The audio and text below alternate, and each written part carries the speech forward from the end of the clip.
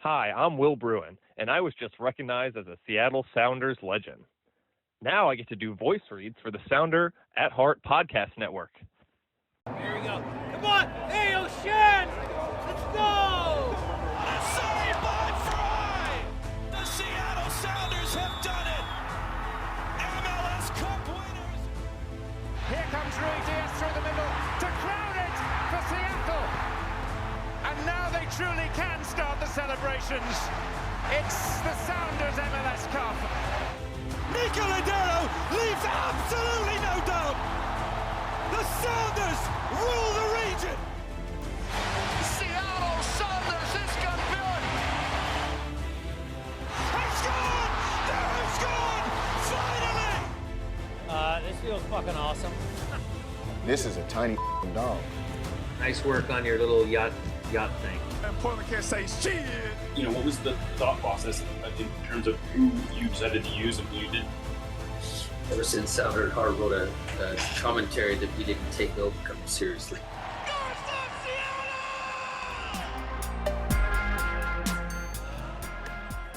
This episode of Nos Arietes is sponsored by Full Pull Wines, a Seattle-based wine retailer and proud sponsor of Nos Arietes since 2011.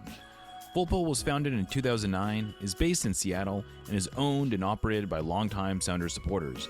They offer the best boutique wines of the world to members of their mailing list, with special focus on their home, the Pacific Northwest.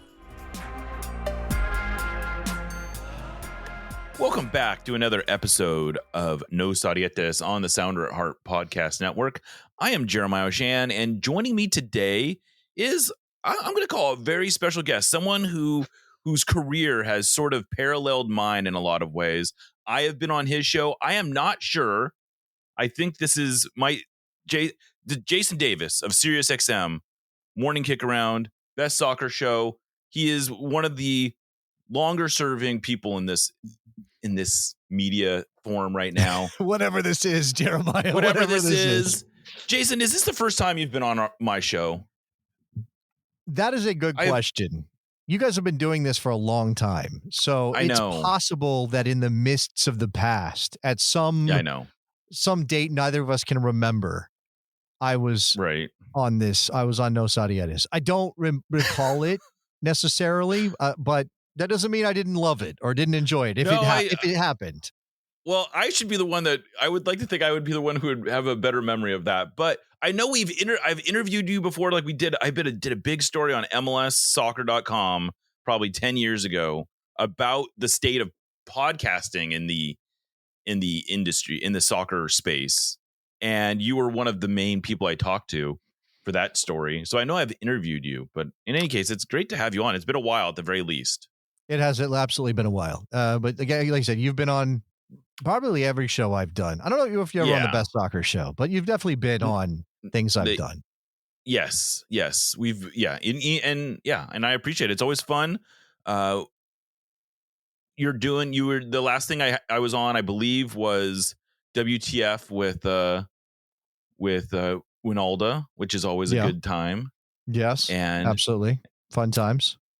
So one of the reasons I wanted to talk to you, the main reason I wanted to talk to you, is I just wanted to get a vibe of this, where we are as a soccer media industry right now. And it's, I think in some ways I have to remind people that 15 years ago, when both you and I got into this business, there was a real vacuum there was almost nothing out there. There wasn't the blogging space hadn't really kicked up. It was basically big soccer.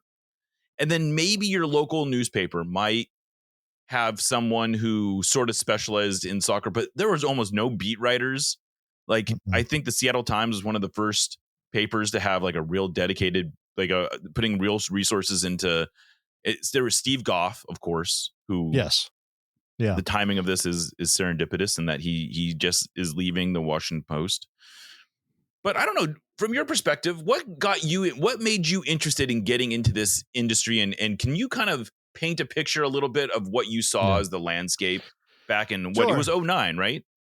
So I started my blog in very late 2008. So it was December. So we can call it 2009 for all intents and purposes. Match Fit USA. Yeah. I don't know if I love remembering the name. I honestly don't remember where it came from, Jeremiah. I don't recall. I think though that a lot of us, we were all of the same mindset, right? That, obviously in Seattle, you were building up to the first season of the Sounders in Major League Soccer in 2009. Yeah. I think a lot of us just saw there's not enough here, or I guess if you were a person, I mean, look, I had been sort of in my head always a writer. I had, written throughout my scholastic career and those things. I hadn't been using that tool. I was working a job that I really didn't like, those kind of things. Those were all elements to why I decided to do what I did. But I do think that if there was more, it was Goff a little bit. It was Ivis. It was, Ivis, it was, right. Bruce McGuire posting links was about the best we had back then. People remember that. I think if there was more, probably I wouldn't have felt compelled.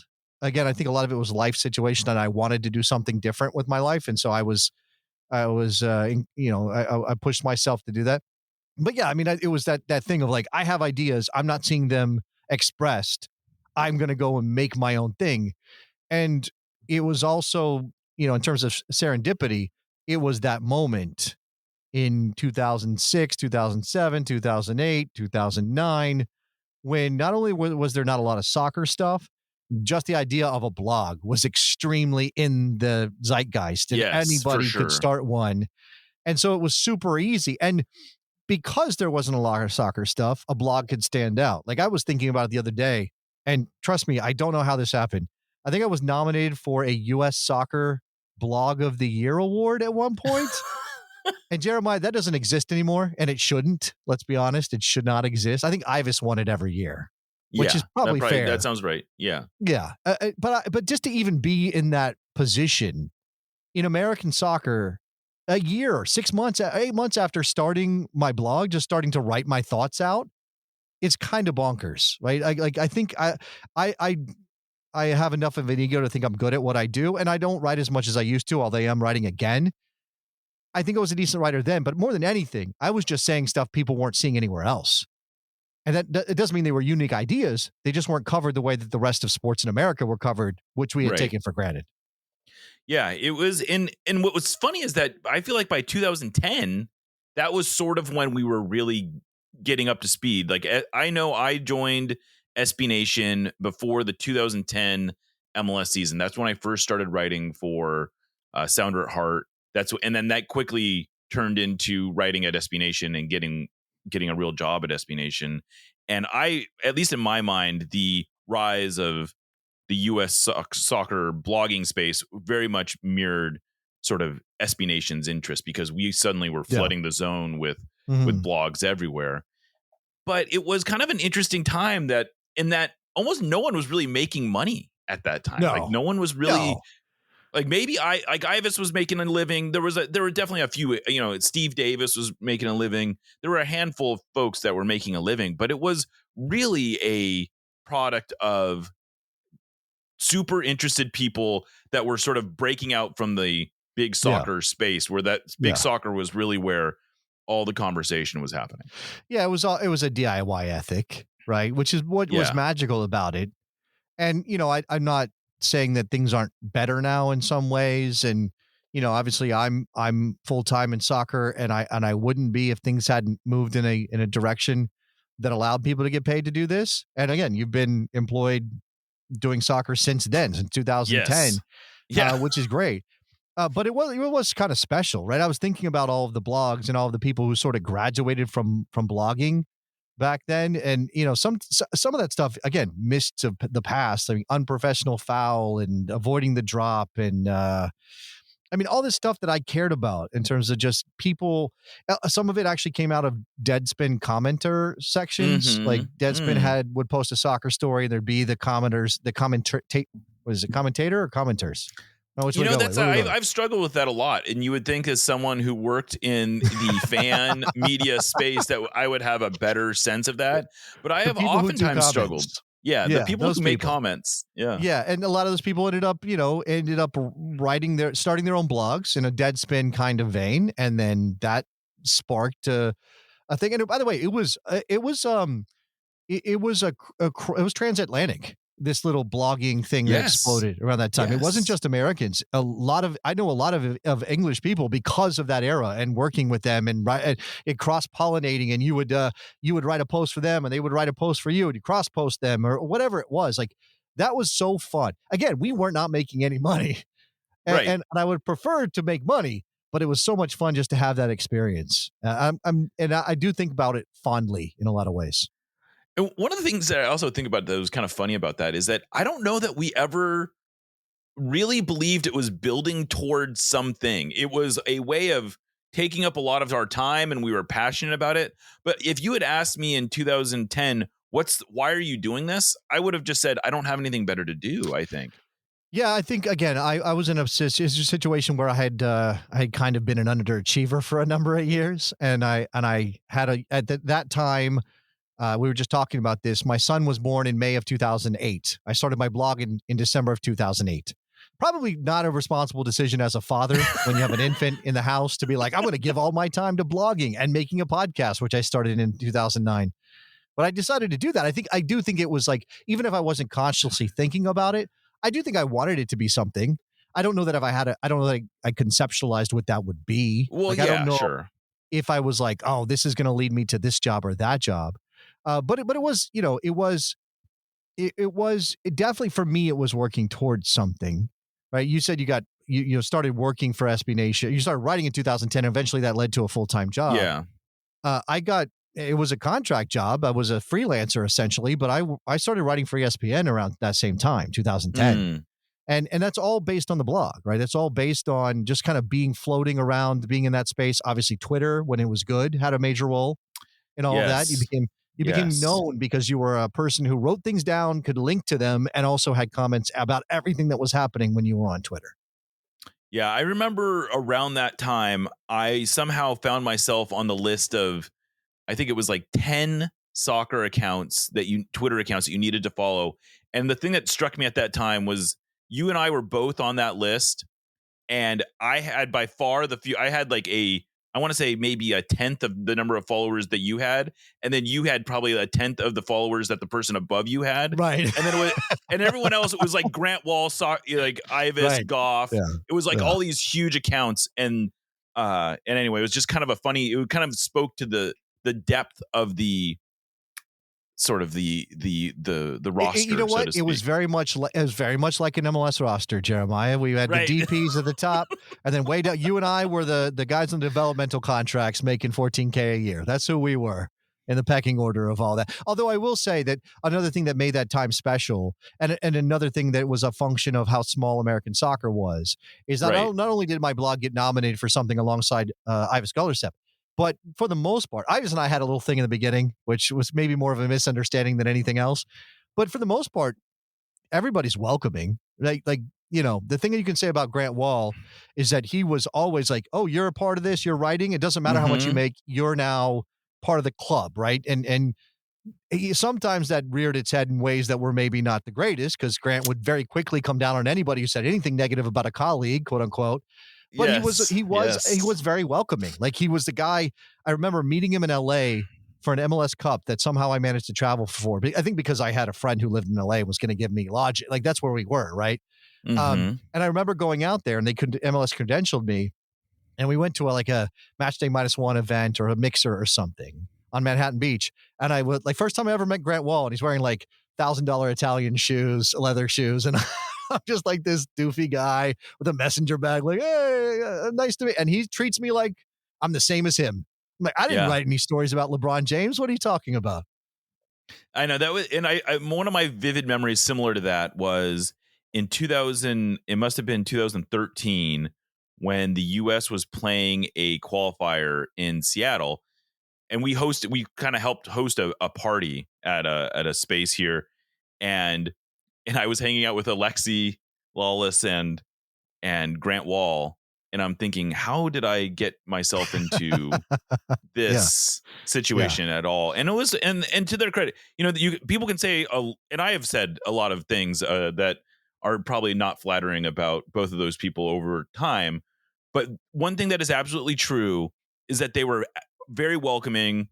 and they wanted to sort of spread the gospel of soccer, and they were willing to talk to anyone, and they were willing to go on any podcast and give time to people who, and I don't think there's a lot of similarity. I don't think you would find the equivalent people in any other, in baseball, basketball, NFL, who are willing to give that kind of time to nobodies, frankly. Nobodies. That's what we were. We were nobodies. I mean, Grant had the education. Grant had the Sports Illustrated credential. Obviously, Alexi is a World Cup player and an MLS executive who's moving into broadcasting at the time and all those things. And we were nobodies. We didn't have any of those things on our resumes, and yet it was like, hey, Jason's here. Let's, and not talking down to us in any way, which I do think is. I also think that that's something interesting about American soccer. I do think there's some gatekeeping that happens, particularly when it comes to fandom.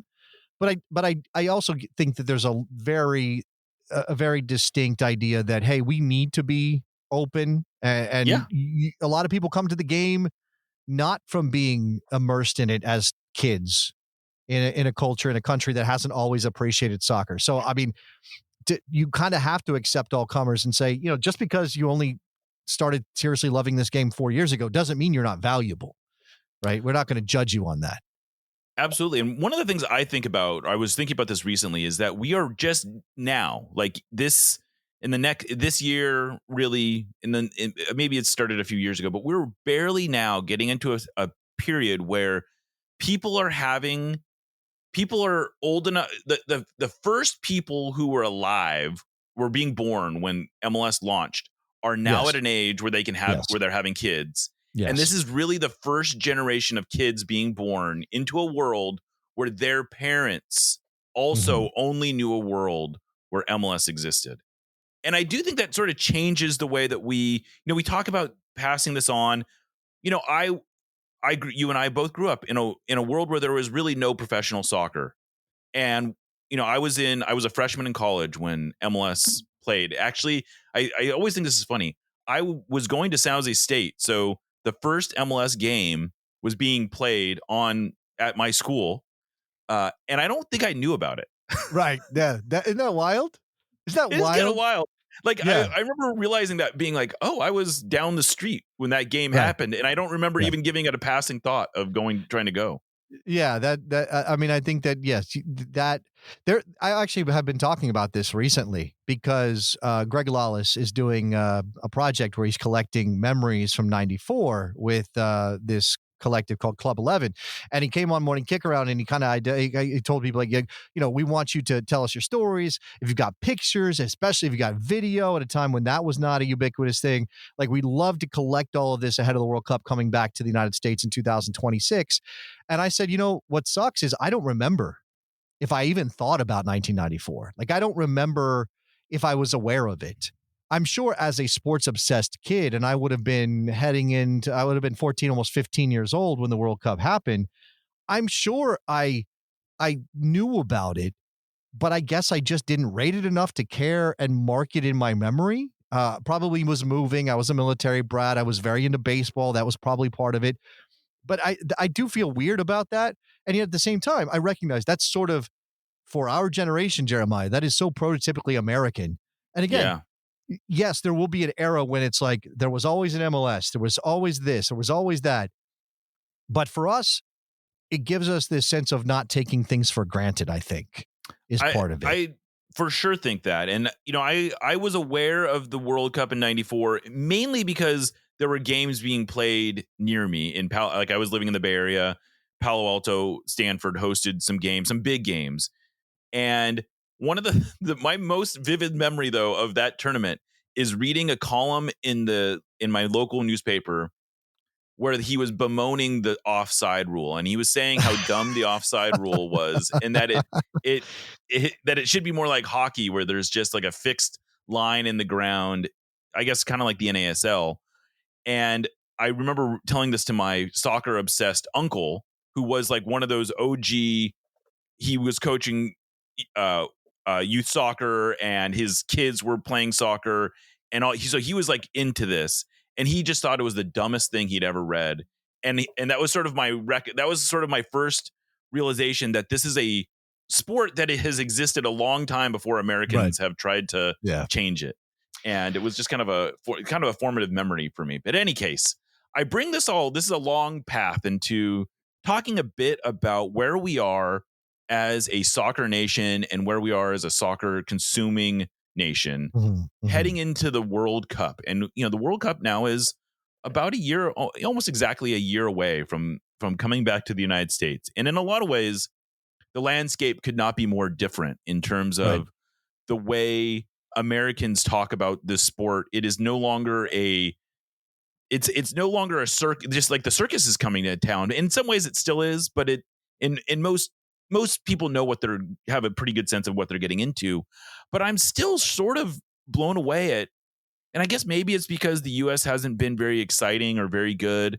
And I think a lot of folks like myself, frankly, have become a little turned off by the whole US national team vibe right now. Yeah. Thank you for listening to the Sounder at Heart Podcast Network, which now includes Nos Arietes, Lobbing Scorchers, and the Cooler Guild. We've been independent since August of 2023, but need your support to make sure it continues. Although this podcast is free, it's only made possible by your continued support. Memberships start as low as $25 a year, which not only helps make podcasts like this one happen, but also gets you access to everything we produce.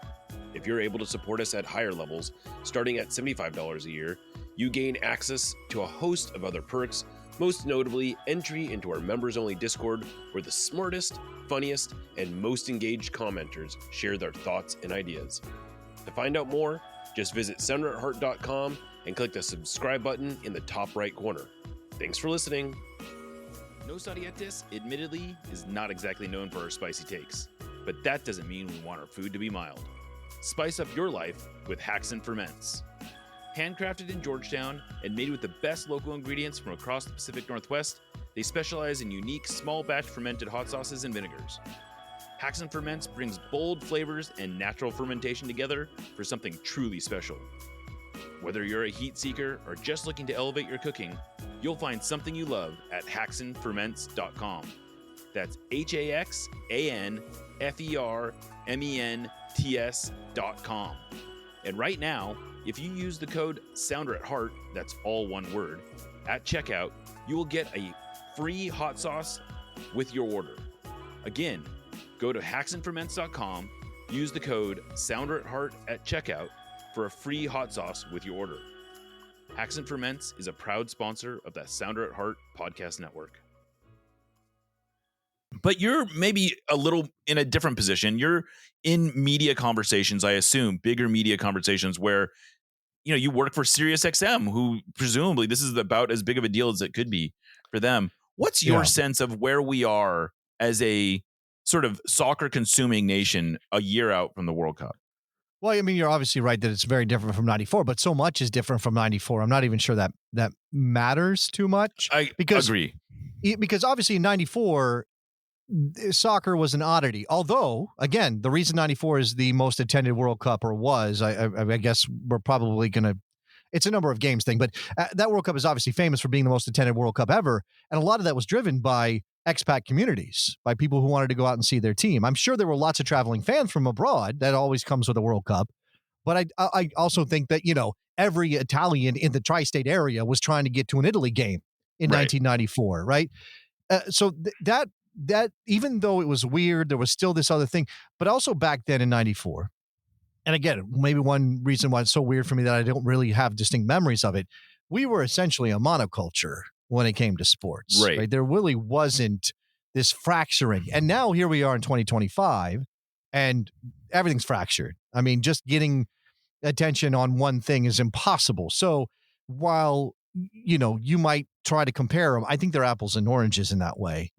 Very fair. Regardless of whether or not soccer is different. And soccer is obviously very, very different. But I also think that soccer in 2025 kind of captures that fractured nature of it, because you can't talk about soccer fans. They're not a monolith in the United States. They never were, but it's especially in evidence now because, we're killing ourselves to make sense of the numbers that Don Garber gives us for Apple TV numbers for Major League Soccer games. That's been fascinating to see discussed, by the way. Yeah, and of course, and even he is saying, like, we don't even know how to properly measure, how to properly contextualize these numbers because it's a different world with how their product is being disseminated. We talk about the number of Mexican football fans in the United States. We know that's big. The Premier League's growth since NBC took over that contract. And then you're just talking about, again, different communities and people who only care about their little version of soccer that is specific to them or their community. And I don't know what that means for the World Cup. Like, you think that the World Cup is a way to bring everybody together, Jeremiah, but I'm not sure. Yeah, and just to give a little bit more context to this idea of the monoculture, it's not that everyone was focused on one specific thing all the time. It's that one specific thing was the main thing during that window. Right. So like when the Olympics was going on, everyone was focused on the Olympics. When the NFL season was going on, everyone was focused on the NFL or whatever. The game of the week could be the biggest thing on TV that week. And when the World Cup came to town, it was sort of the World Cup's turn, just like it's the U.S. Open's turn during golf at that time, or whatever exactly. Where Wimbledon was going to be the biggest event everyone was going to be focused on Wimbledon. I don't know. I can't tell you who won Wimbledon for the last 15 years, but there was right.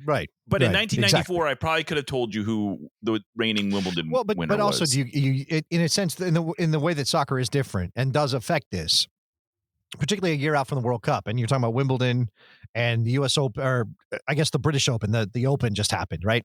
Right. And those are things that I would have been very much more in tune with, right, in my younger years. Now, again, I work in soccer, so my focus has to be soccer. So I recognize I'm not typical in this way, but the amount of stuff happening is so much more, right? It's just an abundance situation, and particularly with soccer.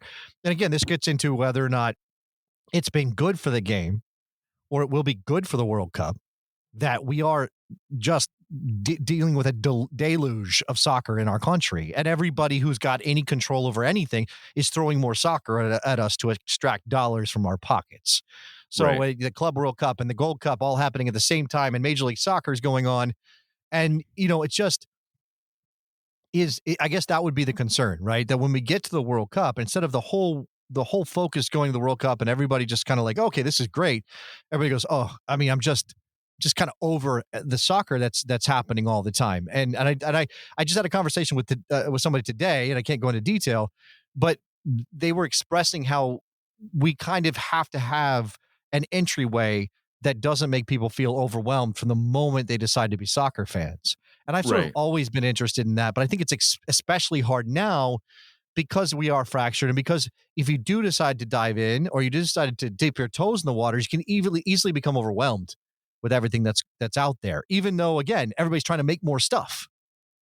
Yeah, I mean, I look at a show like Morning Kick Around, which is a YouTube show and a podcast that you're currently doing. And I think it's kind of illustrative of what you're talking about, where I would imagine, I don't know this, correct me if I'm wrong, but I would imagine it started off as, hey, we want to be part of the daily soccer conversation. And then invariably it turns into, we're talking about promotion and relegation. We're talking about lower league soccer. We're talking about women's soccer. And it's all of a sudden, because it's like, how do you not talk about all these things that are going on?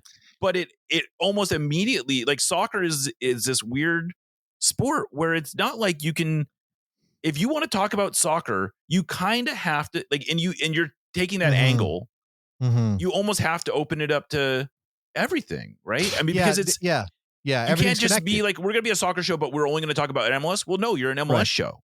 Yes, right. Yeah, I mean, and you can't. I mean, okay, this is not how my brain works anyway. Like, I'll admit, and this is, I think, recognizing your strengths, and really, you want to follow your heart. And if you're in media, you want to follow your heart with what you cover, right? I choose not to be somebody who lies about what I care about. That's just not how I want to work. So, Morning Kick Around is a reflection of sort of my interests, which are to take the game that we love and care about the game that we love and talk about scores sometimes and results in tournaments, but also to kind of go, well, this connects to this thing over here, or there's a big, and again, you cannot be, if you're going to choose to engage with American soccer in particular, meaning the U.S. men's national team, Major League Soccer, NWSL, obviously the lower divisions, all of that. You are no longer just a soccer fan. You are a booster. You are now right. You almost are getting a PhD in American soccer when you choose to engage, because it's about how do we do it. And it's not just like that we do it. Hey, we play soccer. No. How do we play soccer? And how do these teams, when do they play? And where do they play? And what stadiums do they play in? And can we put a team over there and another team over there? Until American soccer is fully built out, and you and I will not see that day, Jeremiah, those conversations won't stop. And that does, to me, that's fascinating. I imagine that there are pure sports fans who are like, this is bullshit. I don't want to listen to them talk about, promotion and relegation that doesn't exist right now. Or I don't want to listen to them talk about, I don't know, any development of players, right? You cannot talk about soccer in America without somebody in the comments saying, well, the problem is pay to play, Jeremiah. Right. The problem is pay to play. It's impossible to avoid those things. Right. And you just think of I don't think that equivalent thing is happening when we're talking about other sports, which is sort of one of the things that makes soccer so fascinating, is that it is immediately, undeniably a global sport that has so many examples of whatever the right way to do things is. And everyone has an idea of how you build this out. And that goes from youth sports to how do you cover it and do all these other things. Yeah. It's been a fascinating, one of the things I always say is people will ask if have I become a Mariners fan, to give an example, right? I get this question a lot from family back home. And I'll say, I'll be honest with you, I don't watch baseball anymore because I just am so consumed by soccer that I just don't have a lot of space for it. And I grew up, and I'm sure part of that is also that, I grew up an A's fan, and the A's have not been exactly a lot of fun to watch. But, you would think that might make it easier to become a Mariners fan, right? In some ways. Sure. But it's just, I don't have space. I don't have mental space to become a fan of something else, because I wonder about soccer. That. I wonder about that because, again, you and I are in a position as soccer media people talking about this from that perspective, of being somebody who's paid to talk about soccer, to write about soccer, to think about soccer. Yeah.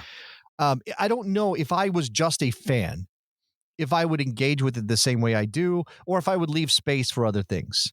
Now, it's not that I don't ever watch something else. I'm a Broncos fan by birth. So I'm trying to figure out how to engage again with the Broncos, because we might be okay. We're maybe not going to win a Super Bowl, but we might be okay. And that makes them fun again. It's easier when they're bad to ignore them, obviously. But I don't know that I care as much as I used to. I used to be obsessive about the Broncos. That's not a thing anymore. And if I was a fan of soccer, would I be able to funnel down what I pay attention to, what I care about, or would it consume me the way it seems to be very good at, which is, again, you can't just be a fan of a team. You got to engage with what league they play in and the rules around it. And again, all this stuff we talked about, promotion and relegation. The American Soccer Hobby Kit is always right there for you. Yeah. And I don't know, because obviously that's going to dictate sort of the ultimate growth of the game, because we have such well-established cultural touchstones for sports in America, and ones that I love, right? The World Series, baseball in general, the NFL, college football. These are all, we should be proud of those things. They're amazing. 100,000 people going out to watch what was a bunch of amateurs play a sport. You could talk about whether that's right or wrong, but it was still amazing that we were doing it. And I don't want that to go away just so soccer can succeed. But if you are saying that soccer consumes you, who's going to want to engage with soccer if that's the case? If that means they have to give up their season tickets to go watch Michigan or Ohio State or Tennessee or whatever. Yeah, I guess what we're asking is somehow soccer needs to have to make space in everyone's heart. But what do you think is if you were to prescribe, what should we be doing as media members? How should we be gearing up for next year? Or should we just treat the World Cup as another big event that is on the calendar, and it's not our responsibility to sort of do anything to go outside of our normal behavior? Well, that's a good question. So look, I am in a position of privilege being paid to talk about soccer, but it's not as though I think of my job as completely secure all the time, or that I'm even satisfied as I get older and have kids going off to college and kids, growing and things I need to pay for, that I'm completely satisfied with the money that I make, right? We're all in that hustle, right? To try to do better, retire early, all these things. And so I think there is that pressure. It's the entrepreneurial pressure. And I think because for you and me, I don't know how it is for a lot of people, but for you and me, starting as bloggers and then becoming media professionals, you always have this sense of you've got to make it. You got to make it on your own. Like, you have to make something. Mm-hmm. And so the World Cup comes around, and that's once in a generation. I mean, it happened in '94. It's happening now. And you go, well, I got to maximize this. Right. Like, I have to go and get as much as I can out of this. But if everybody thinks that way, and there's still not enough to go around in terms of money and investment, I don't know what that means.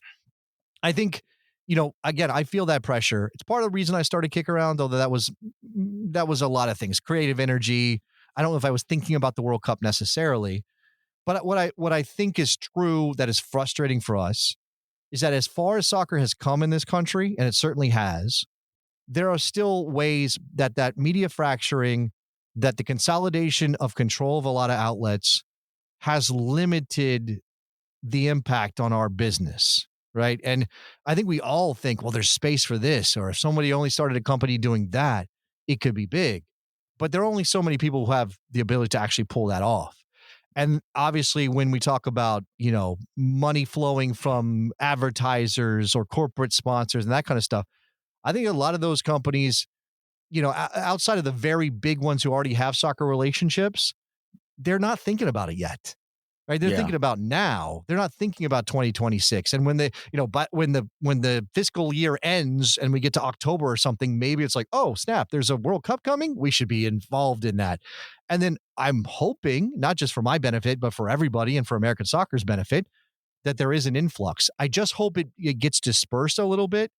Because, again, I think there's some consolidation that has happened. That's not great, Jeremiah. And that's I'm not trying to speak ill of our colleagues at various outlets.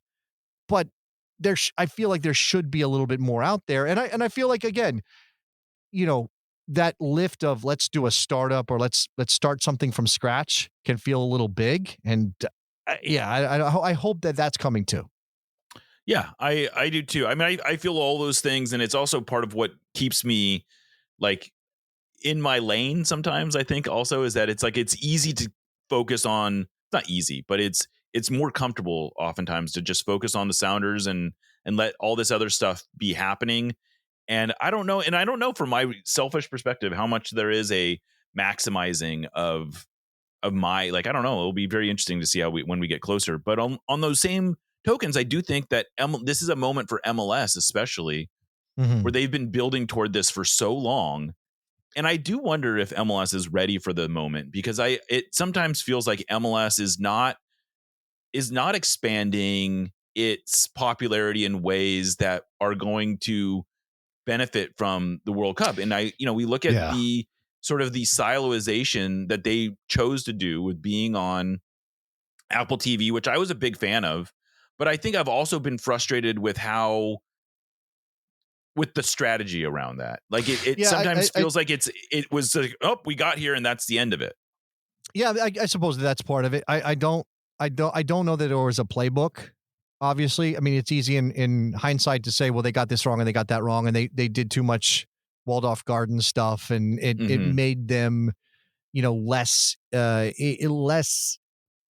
throughout the culture, or less available less part of the conversation. Less part of the regular. Again, I don't know, though, from inside the bubble, if that's possible in the way we think of it as being possible in a previous generation, Jeremiah. That's the thing that's really hard for me. And I don't want to use it as a cop-out, but I just don't know. I mean,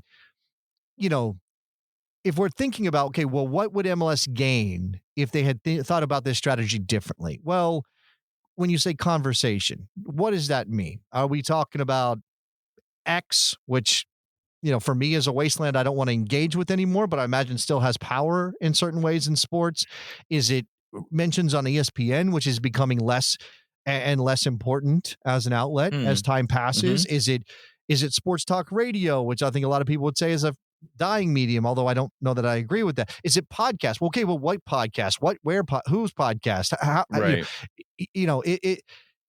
I don't know exactly what that means, right? I don't think MLS does either. And in fact, I don't think anybody has a sense of what is, because again, we've moved so far away from a monoculture in a sports context that it's really hard to know what is it that you can do that will build out build out awareness of your product in a way that makes economic sense. Because what MLS chose was an economic choice to get paid by Apple.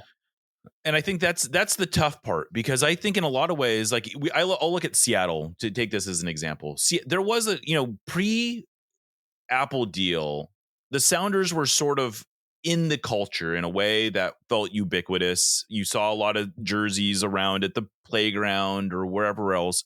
You could go up to people and have a conversation about the Sounders. And I think that certainly wasn't the norm in other MLS markets. But right. I think one of the things that we've seen in Seattle especially is that that's just not so much the case now. And I've been surprised how many people I'll talk to and say, like, I used to watch every game and now I don't watch any games. And on some level you go, well, if you weren't willing to pay anything for those games, or what was your fandom worth? But right. There is sort of this. And so it's like there is a monetary part of it that they are getting paid. Well, and I think I don't know. It's tough. Well, it's a tough equation. But again, are we thinking about fandom in an old paradigm that simply right. doesn't exist anymore? And we want it to, because that's the world we grow up in. We grew up in a world where, yeah, you're in a town, there's a team, they're having success in the field, and everybody feels like they're a fan. Like I just caught Major League the other day, one of my favorite movies of all time. And one of the major, the subplot of that movie is all these. Is that?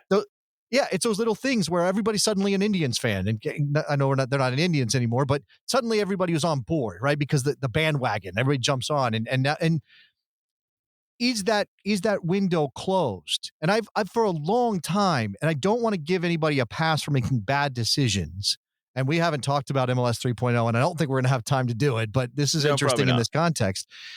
I don't want to give anybody a pass, but MLS has always been a victim of timing. Right? It's always been tough for MLS because so much of sports culture is based on history and tradition and passing down of things.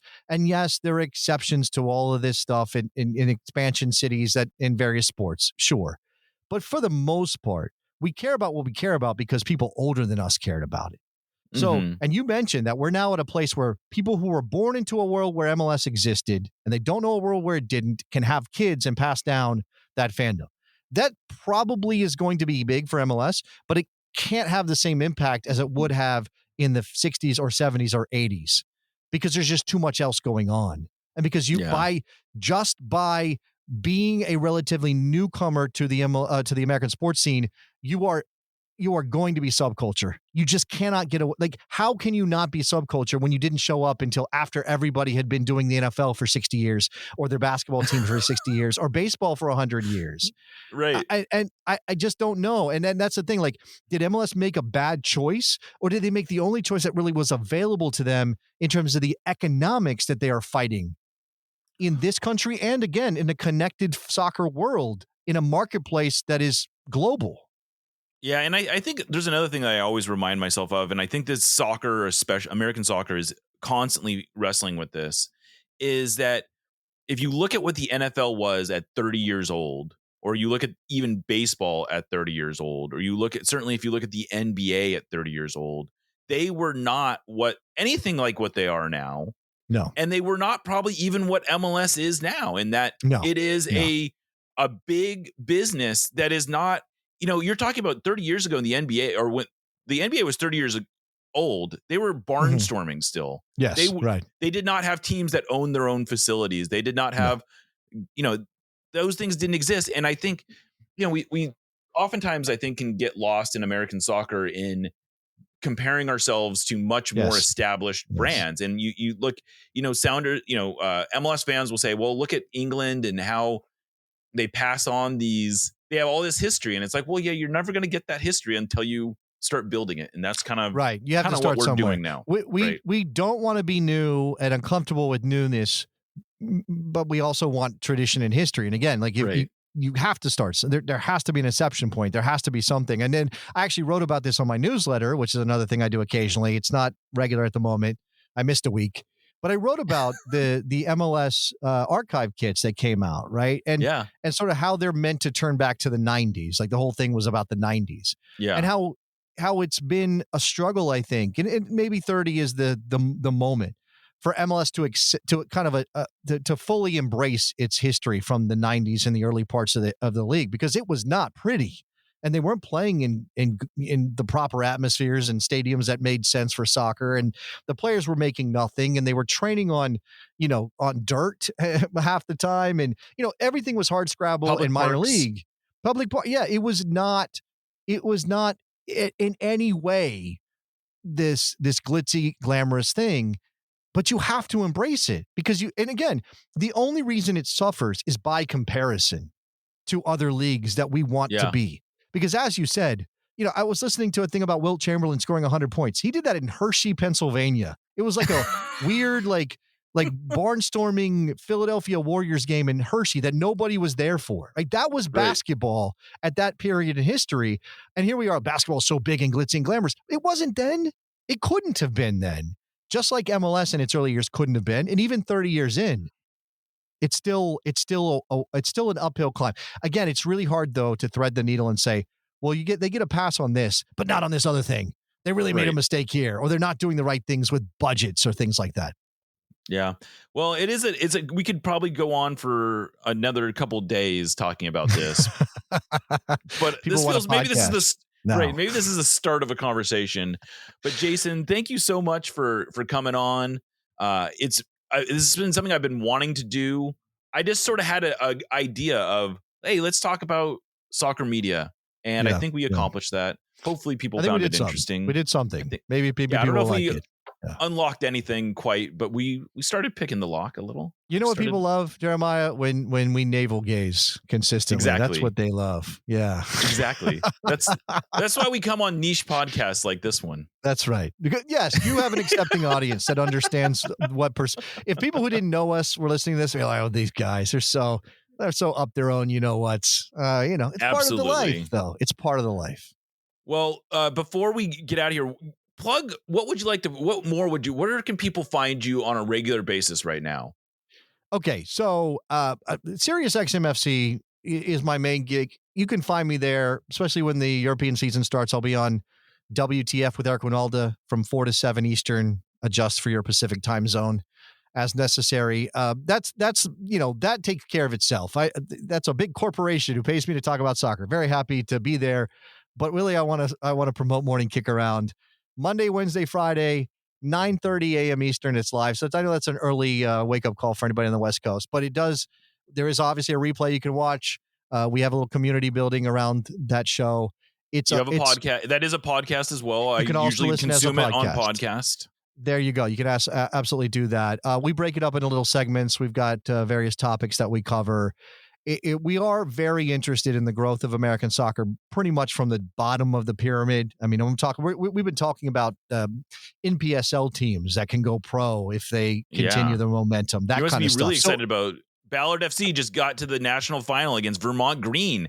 This is that's like an actual semi-marketable USL2 championship game. Yeah, it is. Absolutely. Those are two teams that are making the little waves that they can in the worlds in which they play. And there's always a cynicism that kicks in and you're like, oh yeah, we've been here before. But I want to support projects like Ballard and like Vermont Green because they have really truly soccer loving people behind them, and they put in a lot of work and effort to make those things make those things go. And I would say that one of the questions that we love talking about is, do we need these teams to go pro? Should that be their goal? What is their future, and really what does their community want? Because I think that's always been a question we haven't really been great at answering in American soccer is, what does a place like Vermont want out of its soccer team?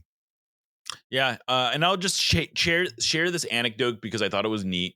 I was not at the Ballard game last night. I happened to be driving through the neighborhood where the stadium is right as the game was letting out, and it was just really cool to see this because it is in a neighborhood, and just seeing this flood of people come out of this neighborhood stadium and mob the streets and just be walking to their cars and doing whatever else.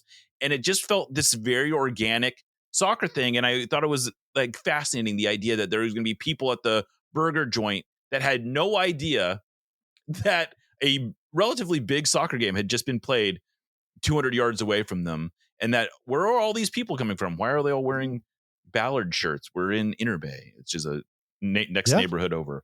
But anyway, hey, that's how it happens. That's how it happens. And I think it's a fascinating place that we are in right now in American soccer. It is an exciting time. Whether or not it's going to be exactly what we expected, I don't know. But I'm glad that you were willing to come on the show and talk about it, Jason. I appreciate the invite, Jeremiah, as always. Thank you very much. All right, well, let's get out of here. I'm Jeremiah Shan. This is No Sadietis, part of the Sounder at Heart Podcast Network, and we'll catch you next time.